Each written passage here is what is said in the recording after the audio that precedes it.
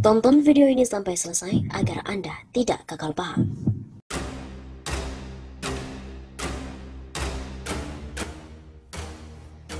Halo Sobat M51 Safa, kembali lagi bersama dengan kami untuk mengulas fakta-fakta perpolitikan dan juga informasi terkini di tanah air. Terbongkar proyek obor Cina membangun pelabuhan internasional di ibu kota negara. Terbongkarnya kepentingan RRC di ibu kota negara baru, Kalimantan Timur, melalui Project International Direct Call menjadi target jalur maritim Silk Road, RRC dan Indonesia ASEAN menggunakan strategi konektivitas One Belt One Road atau OBOR. Tujuan RRC membangun pelabuhan Super Hub World Class Port sebagai pelayaran langsung dengan peti kemas dari pelabuhan dalam negeri Indonesia ke pelabuhan tujuan Cina dan sebaliknya. Hal ini tanpa singgah di pelabuhan manapun yang ada di dalam negeri. Penempatan ibu kota negara di Kalimantan Timur untuk skala lebih luas juga menyasar transformasi diplomasi ekonomi Cina-Indonesia dalam pelaksanaan direct call melalui pelabuhan Balikpapan.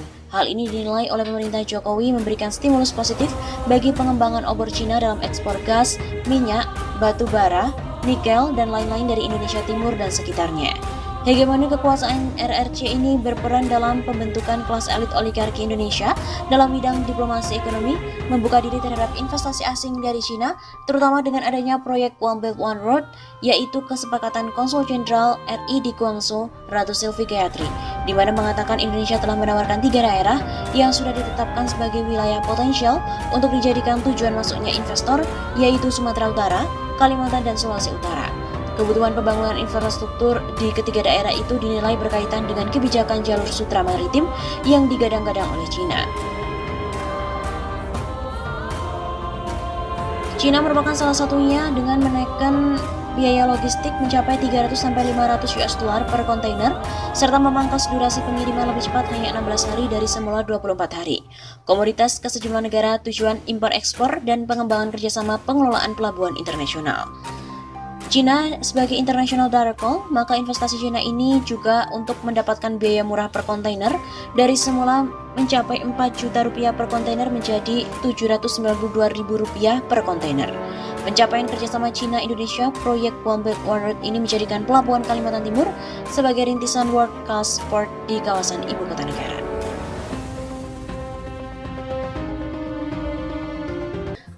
Petisi tolak IKN tembus 10.000 dukungan, inisiator petisi akan bersurat ke Presiden untuk batalkan pindah IKN. Pak Presiden, 2022-2024 bukan waktunya memindahkan ibu kota negara.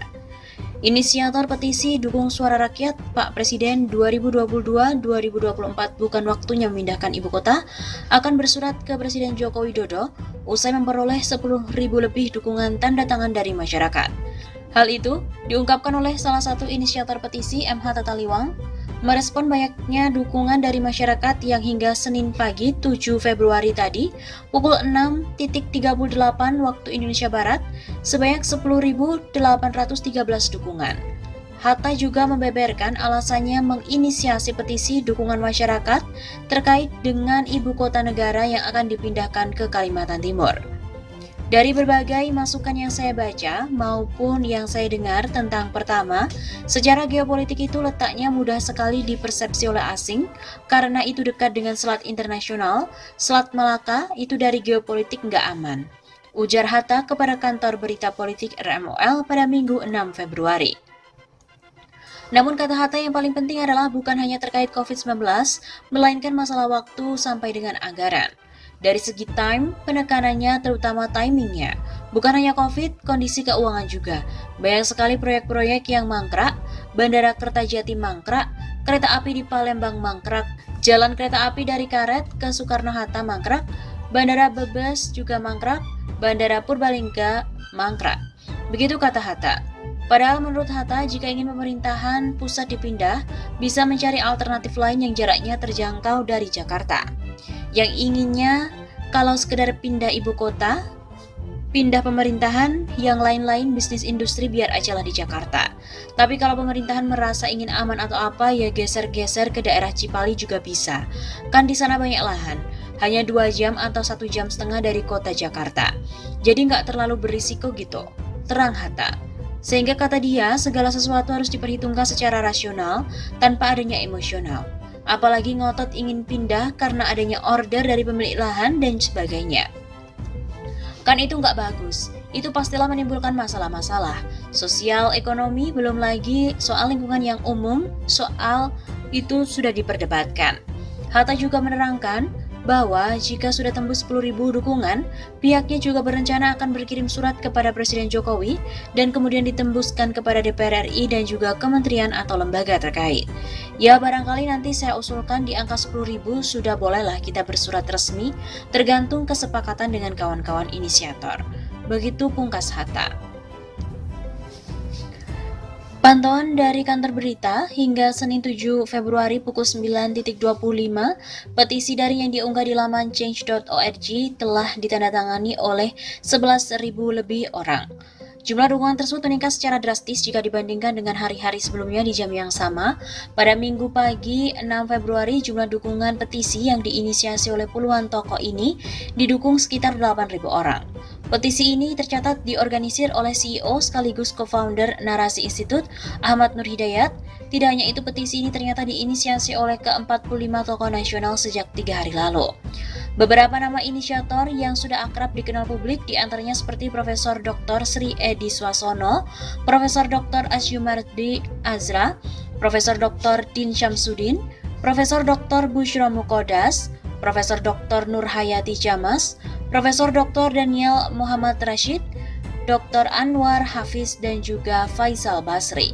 Selain itu ada nama Majen Purnawirawan Dedi Budiman, Muhammad Said Didu, Antoni Budiawan, Zainal Arifin Hussein, dan sejumlah aktivis serta akademisi lainnya. Bahkan salah satu inisiator petisi, MH Tataliwang, menyebut jika petisi itu telah tembus lebih dari 10.000 dukungan, maka pihaknya akan segera berkirim surat kepada Presiden Jokowi dan ditembuskan kepada DPR RI serta lembaga terkait.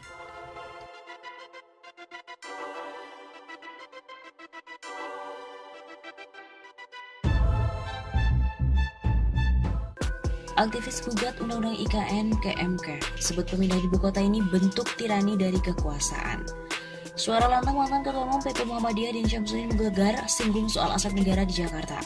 Pasalnya ibu kota negara Jakarta yang sudah ditetapkan pindah di Kalimantan Timur itu bernama Nusantara.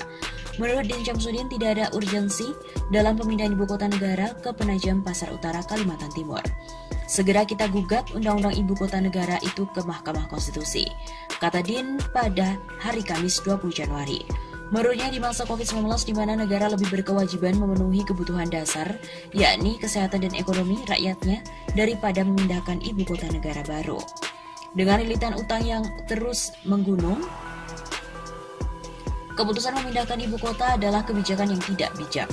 Din Syamsuddin juga sangat menyesalkan jika demi keputusan memindahkan ibu kota hingga menjual aset negara di Jakarta. Lebih dari itu, deklarator Koalisi Aksi Menyelamatkan Indonesia atau KAMI itu juga mengkhawatirkan kondisi lingkungan hidup yang terancam merusak demi keuntungan kaum oligarki. Pemindahan ibu kota negara adalah bentuk tirani kekuasaan yang harus ditolak.